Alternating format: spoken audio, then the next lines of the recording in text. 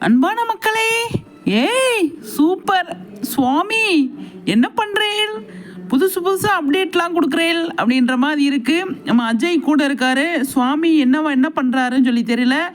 ஏதோ ஒரு அப்டேட் கொடுத்துருக்காருங்க. காலையில் வந்து ட்ரெயினில் போனார், மெட்ரோவில் போகிற மாதிரி நமக்கு ஒரு அப்டேட் கொடுத்துருந்தாரு, ஒரு ஸ்டோரி போட்டிருந்தாரு. இப்போ ஏதோ பண்ணியிருக்காரு, என்னவா இருக்கும்னு சொல்லி தெரியல. கூட அஜய் இருக்காருங்க. ஃபஸ்ட் டைம் எனக்கு தெரிஞ்சு சுவாமி ஏதோ ஒன்று பண்ணுறாரு அப்படிங்கிறது மட்டும் நமக்கு தெரியுது. என்னவா இருக்கும் அப்படிங்கிறத கொஞ்சம் கொஞ்சமாக நமக்கு ரிவீல் பண்ணுவாங்க அப்படின்னு நம்ம நினைக்கலாம். அவ்வளோ சூப்பராக இருக்காருங்க, செம்மையாக இருக்கார் சுவாமி, செம்மங்க. கிளாஸை பாருங்கள், இவர் கூலிங் கிளாஸ் எங்கேருந்து வாங்குறாருன்னு சொல்லி தெரியல. ஒவ்வொரு நாளைக்கும் ஒவ்வொரு கூலிங் கிளாஸ் போகிறாரு, எல்லாமே கரெக்டாக இவளுக்கு செட் ஆகுது அப்படிங்கிறதான். காலையில் சபரி கூட வந்து ஒரு லைவில் வந்து சொல்லிகிட்டு இருந்தார்.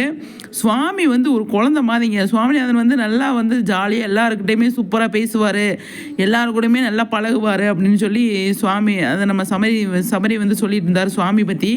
அது மாதிரி சுவாமி காலையில் அந்த போஸ்ட்டுக்கும் இந்த போஸ்ட்டுக்கும் ரொம்ப வித்தியாசமாக இருக்குது, செம்மையாக இருக்கார். காஸ்டியூம் சூப்பராக இருக்குது, அவர் போட்டிருக்கிற டிஷர்ட் பயங்கரமாக இருக்குது அப்படிங்கிறதான். அவரை வந்து ஃபோட்டோ எடுத்துகிட்டு இருக்காரு, அவர்கிட்ட வந்து செல்ஃபி எடுத்துக்கிட்டு இருக்காரு நம்மளோட அஜய். 2 பேர் எங்கே போயிருக்காங்க, இல்லை ஷூட்டு ஸ்டார்ட் பண்ணிட்டாங்களா, என்ன ஏது அப்படின்னு சொல்லி தெரில. இல்லாட்டி வேறு எங்கேயாவது ஏதாவது ஸ்பெஷலான இடத்துக்கு போயிருக்காங்களா அப்படின்னு சொல்லி தெரில.